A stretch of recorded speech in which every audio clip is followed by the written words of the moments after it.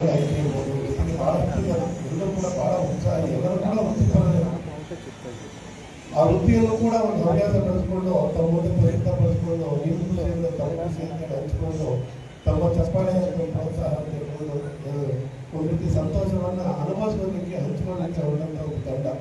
ನಾನು ಈಗಲೂ ಕೂಡ ಜ್ಞಾಪಕ ಇದೆ, ಒಂದು 4-5 ತಿಂಗಳ ಹಿಂದೆ ಇರ್ಬೋದು ಅಥವಾ 6 ತಿಂಗಳು ಜನಚೈತನ್ಯ ಫೌಂಡೇಶನ್ ನಮ್ಮ ಅತ್ರಿಯವರು, ಅಮರ್ ಅವರು ಮತ್ತು ಸುಮಾ ಅವರು ಆಡ್ತಾ ಇದ್ರು.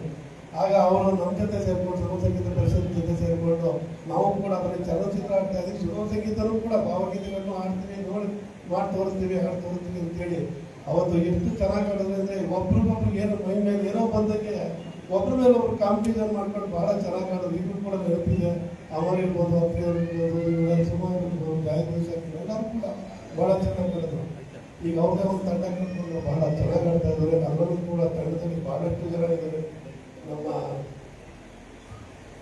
ಪ್ರಕಾಶ್ ಅವರಿರ್ಬೋದು, ರವಿಕುಮಾರ್ ಅವರಿರ್ಬೋದು, ಹಾಗೆ ಬಹಳ ಸಣ್ಣ ಕಾಣದೇ ಇಲ್ಲ ಬಾಲ್ಕಣ್ಣು ನೋಡಿ, ಅಶ್ವಥ್ ನಾರಾಯಣ್ ಅಂತ ನಮ್ಮ ಥರ ಇವರು ಬಿಲ್ಡರ್ ಅಸೋಸಿಯೇಷನ್ ಇವರು ಕೂಡ ಹವ್ಯಾಸ ಬೆಳೆಸ್ಕೊಂಡು ನಮ್ಮ ಜೊತೆ ಇವತ್ತು ಈ ಒಂದು ತಂಡದಲ್ಲಿ ಆಡ್ತಾರೆ. ಹಾಗೆ ವೆಂಕಟೇಶ್ ಪಂಕಿ, ಆ ಶರಣ್ಯ ಅಂತ ಸಹಾಯಕ ಪ್ರಾಧ್ಯಾಪಕರು, ಅವರ ತಂದೆ ನನ್ನ ಕ್ಲಾಸ್ಮೇಟ್ CBC ಪಾಲಿಟೆಕ್ನಿಕಲ್ಲಿ, ಅವ್ರ ಮಗಳಿಗೆ ಜೊತೆಗೆ ಬಿಲ್ಡರ್ ಅಸೋಸಿಯೇಷನ್ ನಮ್ಮ ಸ್ನೇಹಿತರು, ಅವರ ಮಗಳು ಕೂಡ ಬಹಳ ಚೆನ್ನಾಗಿ ಆಡ್ತಾರೆ. ಜೊತೆಗೆ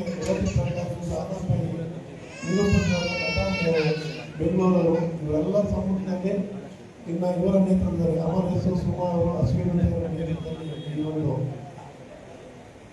ಏನು ಸಂಗೀತ ಸಂಜೆ ತುಂಬ ಜೋರಾಗಿ ನಡೀತಾರೆ. ಹೊರಗಡೆ ಬರ್ತಾರೆ, ಒಂದಷ್ಟು ಕಾರ್ಗಳು ಹುಡುಗ ನಿಂತಿತ್ತು, ನಾವು ನೋಡ್ತಾರೆ ಅಮರ್ ಒಂದು ನಡೀತಾ ಇದೆ ಅಂತೇಳಿ ನಮ್ಮ ಬೆಳವಣಿಗೆ ನಡ್ಕೊಂಡು ಬಂದೆ.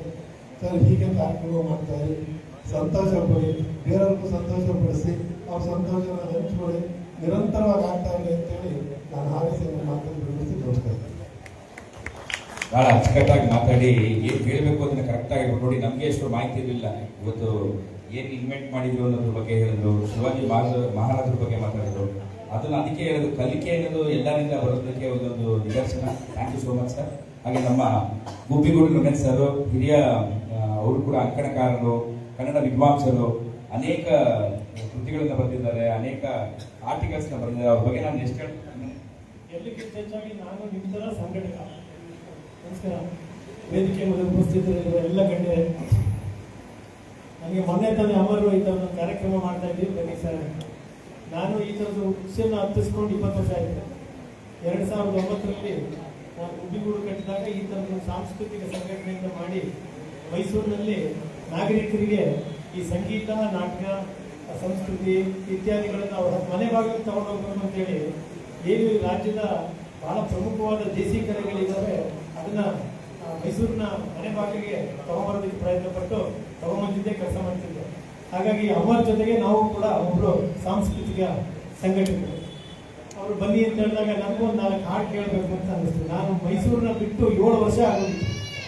ಬರ್ತಿದ್ದಂಗೆ ಅಂಶಿ ಪ್ರಸನ್ನ ಕುಮಾರ್ ಹಂಗಂದ್ರೆ ಮೈಸೂರಿಗೆ ಬಂದಿದ್ದಾರೆ. ಈಗ 7 ವರ್ಷ ನಾನು ಬೆಂಗಳೂರಲ್ಲಿ, ಈಗ ತಾನೇ ನಾನು ಮೈಸೂರಿಗೆ ಬಂದಿದ್ದೆ. ಎಷ್ಟು ಸಂತೋಷ ಅಂತ ಹೇಳಿದ್ರೆ, ಮೈಸೂರಿನಲ್ಲಿ ಅಲ್ಲೆಲ್ಲೋ ನಾಟಕ ನಡೀತಿರ್ತದೆ, ಇಲ್ಲೆಲ್ಲೋ ಹಾಡು ಹೇಳ್ತಿರ್ತಾರೆ, ಇನ್ನೇನೋ ರಂಗೋಲಿ ಸ್ಪರ್ಧೆ ನಡೀತಿರ್ತದೆ, ಇನ್ನೇನೋ ಮಕ್ಕಳು ಕೆಲವು ಚಿತ್ರ ಬಿಡಿಸ್ತಾ ಇರ್ತಾರೆ. ಇದನ್ನೆಲ್ಲ ನೋಡಿದ್ರೆ ನಿಜಕ್ಕೂ ಮೈಸೂರನ್ನ ನಾವೇನೋ ಪತ್ರಿಕೆಯಲ್ಲಿ ಬರೆಯೋಕ್ಕೆ ಮಾತ್ರ, ಅಂಕಣದಲ್ಲಿ ಬರೆಯೋಕ್ಕೆ ಮಾತ್ರ, ಭಾಷಣದಲ್ಲಿ ಹೇಳೋಕ್ಕೆ ಮಾತ್ರ ಸಾಂಸ್ಕೃತಿಕ ನಡಿಗೆ ಅಂತ ಅಲ್ಲ. ನಿಜಕ್ಕೂ ಇಲ್ಲೊಂದು ಸಂಸ್ಕೃತಿ ಇದೆ, ಸಂಸ್ಕೃತಿನ ಪ್ರೀತಿ ಮಾಡೋ ಜನ ಇದ್ದಾರೆ. ಹಾಗಾಗಿ ಇದನ್ನ ನಾವು cultural capital city of Karnataka.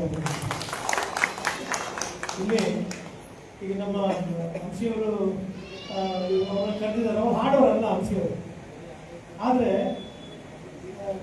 ಒಬ್ಬ ಒಳ್ಳೆ ಚಿಂತಕ. ಇವಾಗ ಅನ್ನದಾತನ ಆತ್ಮಚರಿತ್ರೆ ಅನ್ನೋ ಒಂದು ಪುಸ್ತಕ ಓದ್ಬಿಟ್ರೆ ನಿಮಗೆ ಕಣ್ಣ ನೀರು ಬಂದ್ಬಿಡುತ್ತೆ. ಒಬ್ಬ ಅನ್ನದಾತನನ್ನ ಮನೆ ಭಾಗಕ್ಕೆ ಇರೋ ಜಾಗಕ್ಕೆ ಹೋಗಿ ಹುಡ್ಕೊಂಡೋಗಿ ಬರೆದಂಥ ಒಂದು ರಿಸರ್ಚ್ ಆರ್ಟಿಕಲ್ಗಳ ಪುಸ್ತಕ. ಮೈಸೂರಿನಲ್ಲಿ ನಾನು ನೋಡಿದಾಗ ಈ ಪತ್ರಕರ್ತ ಮಿತ್ರರಲ್ಲಿ ಅತಿ ಹೆಚ್ಚು ಈ ಥರ ಸಾಂಸ್ಕೃತಿಕ ಕಾರ್ಯಕ್ರಮಗಳಿಗೆ ಅಂಶವನ್ನು ಕರೀತಾ ಇರ್ತಾರೆ. ಯಾಕಂದರೆ ಹೃದಯ ಮನಸ್ಸಿದೆ ಅವರಿಗೆ ಅನ್ನೋ ಕಾರಣಕ್ಕೋಸ್ಕರ ಅವರು ಹೇಳ್ತಾ, ನಾನು ಅವ್ರನ್ನ ಪುಸ್ತಕ ಬಿಡುಗಡೆ ಮುಖ್ಯಮಂತ್ರಿಗಳು ಬಿಡುಗಡೆ ಮಾಡ್ತಾರೆ, ಕುಮಾರಸ್ವಾಮಿ ಪುಸ್ತಕ ಬಿಡುಗಡೆ. ಅದಕ್ಕೆ ನಾನು ಮತ್ತು H. ವಿಶ್ವನಾಥ್ ಇಬ್ಬರು ಮಾತ್ರ ಹೊರಗಡೆ ಭಾಷಣಕ್ಕೆ ಅವಕಾಶ ಮಾಡಿಕೊಡ್ತೀನಿ. ಆಗ ವಿಶ್ವನಾಥ್ ಹೇಳಿದ್ರು, ನಾನು ನೋಡಿ 10 ನಿಮಿಷ ಗುಬ್ಬಿಯವರು ಬಿಟ್ಕೊಟ್ಬಿಡ್ತೀನಿ, ಅವ್ರ ಮಾತು ನಾನು ಕೇಳಿಸ್ಕೊತೀನಿ ಅಂತಂದು. ಅವ್ರದ್ದೇ ಪುಸ್ತಕ ಬಿಡುಗಡೆ. ಈ ಸ್ಟೇಜಲ್ಲಿ ಬರ್ತಾ ಇದ್ದಕ್ಕೆ ಅಂದ್ರು ಋಷಿ ನನಗೆ, ಗುಬಿ ನೀವು ಮಾತಿನ ಮಲ್ಲ, ಆದರೆ ಈ ವೇದಿಕೆಯಲ್ಲಿ ಟೈಮ್ ಇಲ್ಲ ಅಂದ್ರೆ ನಾವೆಲ್ಲ ಹಾಡು ಕೇಳಕ್ ಬಂದಿದ್ದೀವಿ, ಹಾಡು ಕೇಳೋಣ, ಆದ್ರೆ 2 ನಿಮಿಷ ಮಾತಾಡಲೇಬೇಕು ಅಂತ. 2 ನಿಮಿಷ ಏನಕ್ಕೆ ಮಾತಾಡಬೇಕು ಅಂತ ಹೇಳಿದ್ರೆ, ಈ ಅಮರ್ ಅಂತ ಯುವಕರು, ಆ ಸುಮಾ ಅಂತ, ಅಶ್ವಿನಿ ಅತ್ರಿ ಅಂತ ಈ ಸಾಫ್ಟ್ವೇರ್ ಪ್ರೊಫೆಷನಲ್ಸ್ಗಳು, ಈ ಡಾಕ್ಟರ್ಸ್ಗಳು, ಅಶ್ವಥ್ ನಾರಾಯಣ, ಬಾಲ್ ಕಿರಣ್, ಶರಣ್ಯ, ಜ್ಯೋತಿ ಪ್ರತಾಪ್, ಇಲ್ಲೆಲ್ಲ ಅವ್ರು ಏನು ಹಾಕೊಂಡಿದ್ದಾರೆ, ಇವರೆಲ್ಲ ಪಾಪ ಅವರ ಹೊಟ್ಟೆ ಪಾಡಿಗೆ ಅವ್ರ ಕಲ್ತು ವಿದ್ಯೆ, ಅವರ ಪ್ರೊಫೆಷನ್ ಎಲ್ಲ ಇಟ್ಕೊಂಡಿದ್ದಾರೆ. ಆದರೆ ಬಿಡುವಿನ ವೇಳೆನ ಬಹಳ ಸದುಪಯೋಗವಾಗಿ ಕಳೆಯುತ್ತೆ. ಆಮೇಲೆ ನೋಡಿ, ನಾವು ಈ ಸಮಾಜಕ್ಕೆ ಏನಾದ್ರು ಕೊಡಬೇಕು ಅಂತ ಹೇಳಿದ್ರೆ ನಾವು ಕೆರೆ ಕಟ್ಟೆ ಬಾವಿ ಕಟ್ಟಿಸಿ ಆಮೇಲೆ ಅವ್ರಿಗೆ ಏನಾದ್ರು ಕೊಡಿಸಿ ಒಳ್ಳೆಯವ್ರು ಮಾಡ್ಕೊಳ್ಳೋಂಥದ್ದು ಏನಿಲ್ಲ. ನಿಮ್ಮ ಹತ್ರ ಇರುವಂಥ ಪ್ರತಿಭೆನ ಹಂಚಿಕೆ ಮಾಡಿದ್ರೆ ನಿಮ್ಮಂತ ಸಹೃದಯಿ ಮಿತ್ರರು ಬಂದು ಕೂತ್ಕೊಂಡು ಚಪ್ಪಾಳೆ ತಟ್ಟಿ ಹರಸಿ ಆಶೀರ್ವಾದ ಮಾಡೋಕ್ಕೆ 1000 ಜನ ಇದ್ದಾರೆ. 1000 ಜನ ಇದ್ದಾರೆ.